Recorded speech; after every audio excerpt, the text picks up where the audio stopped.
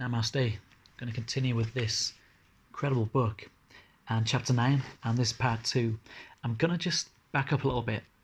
We're going to give the Ra channeling through L&L research on March the 13th, 1981, and this is labelled session 38.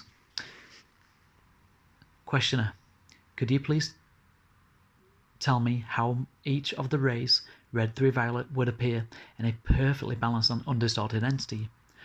Ra, I am Ra. We cannot tell you this, for each balance is perfect and each unique. We do not mean to be obscure. Let us offer an example in a particular entity. Let us use as an example a wanderer. The rays may be viewed as extremely even, red, orange, and yellow. The green ray is extremely bright. This is, shall we say, balanced by a dimmer indigo. Between these two, the point of balance resides.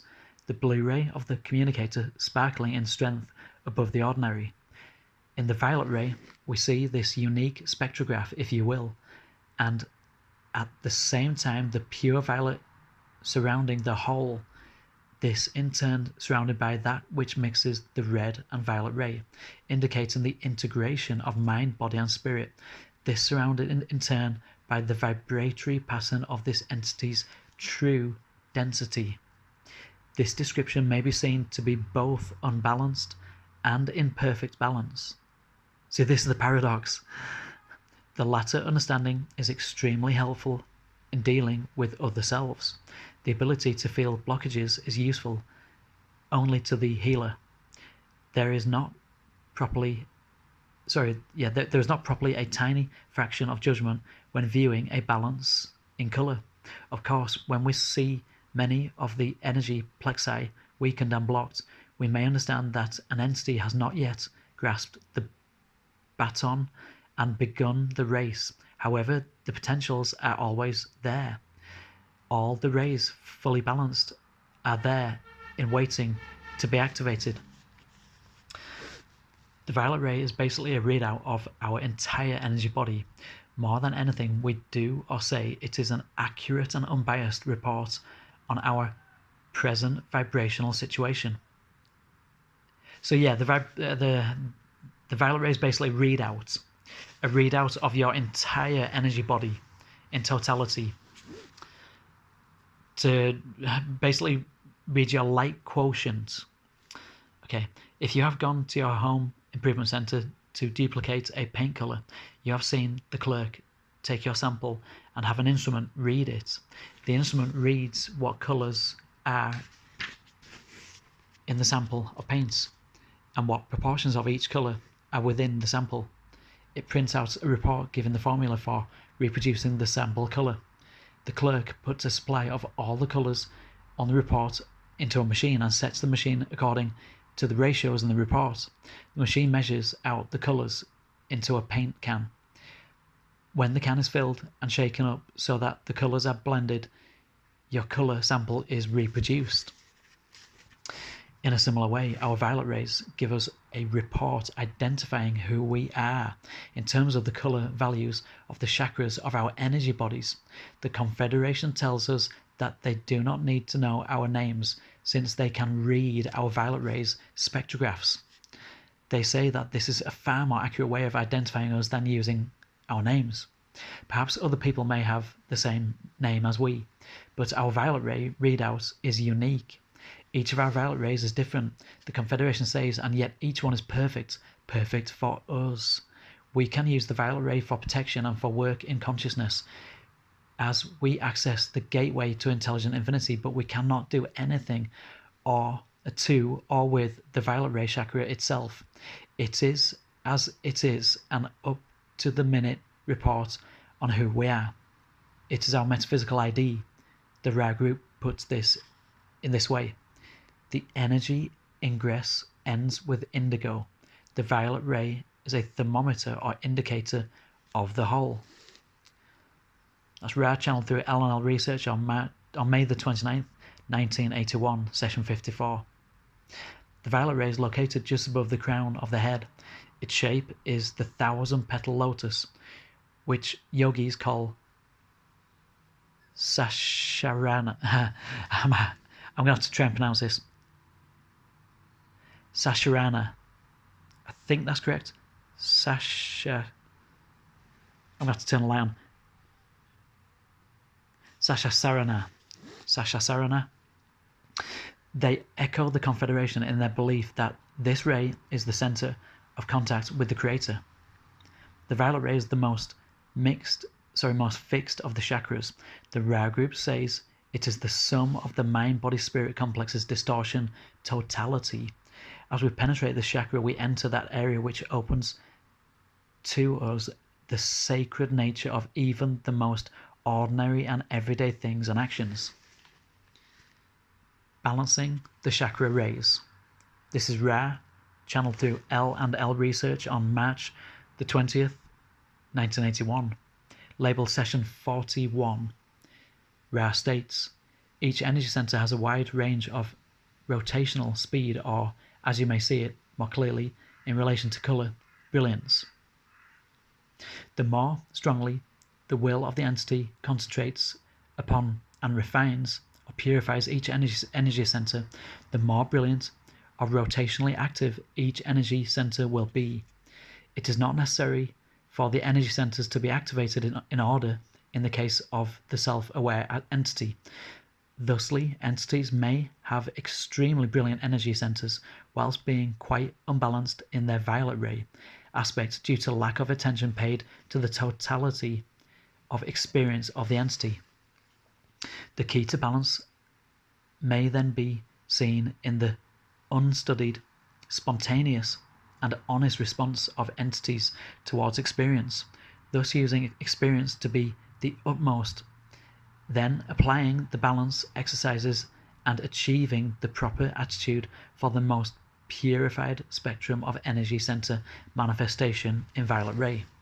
This is why the brilliance of rotational speed of the energy centers is not considered above the balanced aspect of violet ray manifestation of an entity in regarding harvestability. For those entities which are unbalanced, especially as to the primary rays, will not be capable of sustaining the impact of the love light of intelligent infinity to the extent necessary for harvest. So Ra is stating that if you haven't got your red, your orange, and your yellow ray chakras balanced, unblocked, and activated, then you ain't going to get harvested. You're going to have to do the third density again for another 77,000 years of reincarnation cycles. Although the Confederation notes the importance to the uppercase players of using the indigo ray and violet ray chakras for work in consciousness, such as meditation and prayer, the Confederation does not recommend plugging into a program of these activities while neglecting the lower chakras of a way of becoming more harvestable. Their emphasis is always on balancing the entire chakra body system. I personally know 4 people who had bad trips on LSD in their youth. They report it to have been a very uncomfortable experience. It felt though a hole had been blown in their minds. The reason that this happens, and the reason that it is unwise to persuade higher awareness through drug use, is that the person uses the drug to attain a purer and less distorted level of light and love that is natural for him. He attains it, but he does not have a sufficient amount of balance in his energy body to sustain the experience of his state for long. Under the influence of this drug, his energy body crashes as the impact of intelligent infinity blows his system, just as an electrical line blows when it receives a power surge in excess of its ability to run the power. Using drugs is rather like inviting lightning to strike one's energy body. One is liable to be fried. Yep, I think we all know that one, or many of us do anyway. I know that I do.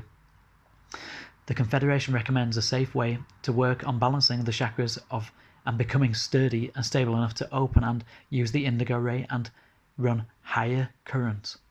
They suggest looking at our thoughts and reactions during our everyday activities. They do not suggest tinkering with these thoughts and reactions. Whatever we are doing and thinking has its own righteousness. They do suggest reviewing these thoughts and reactions each evening before going to bed. This balancing technique, as they call it, is fairly simple. The uppercase player is asked in this exercise to sit down and enjoy a few quiet moments at the end of each day.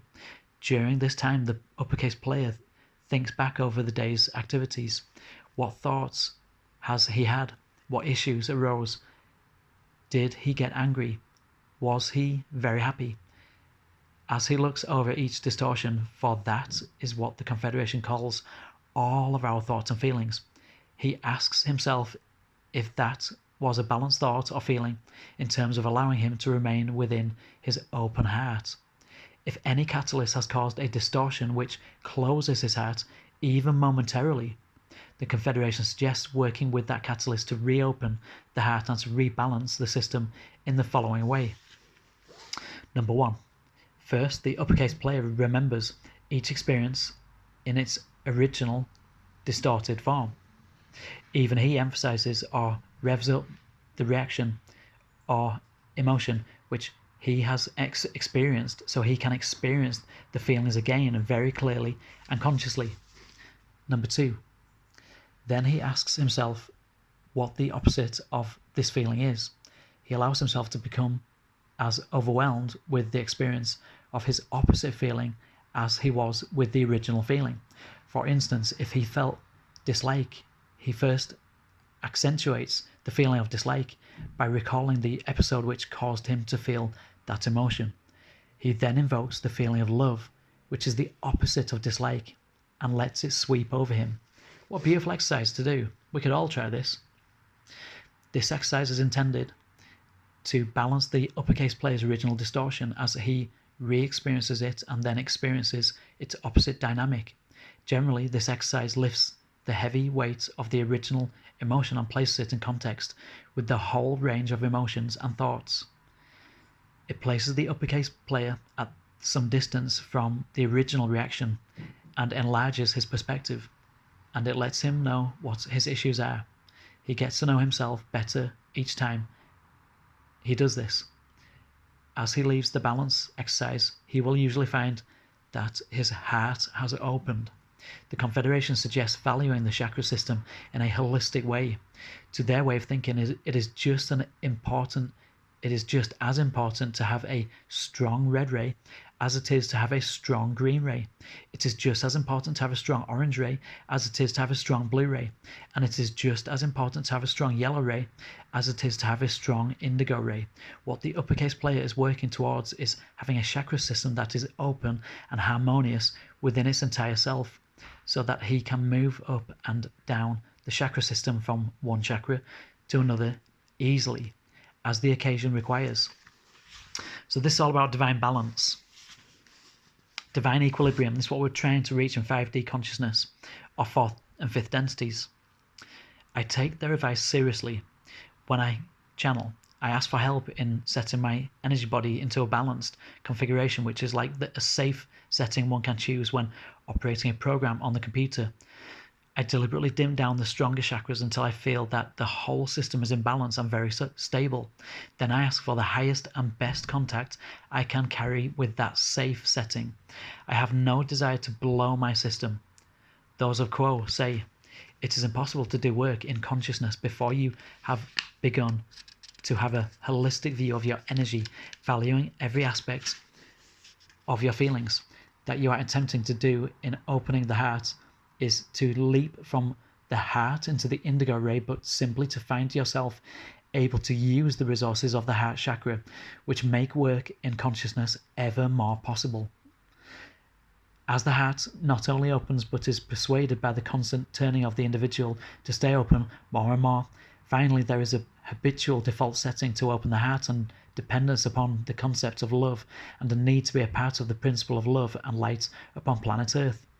In such a way shall you be able to keep your system open and ready to speak the words of love, to sing the melodies of wisdom, and to reach out hand to hand and heart to each other as you practice being one in love.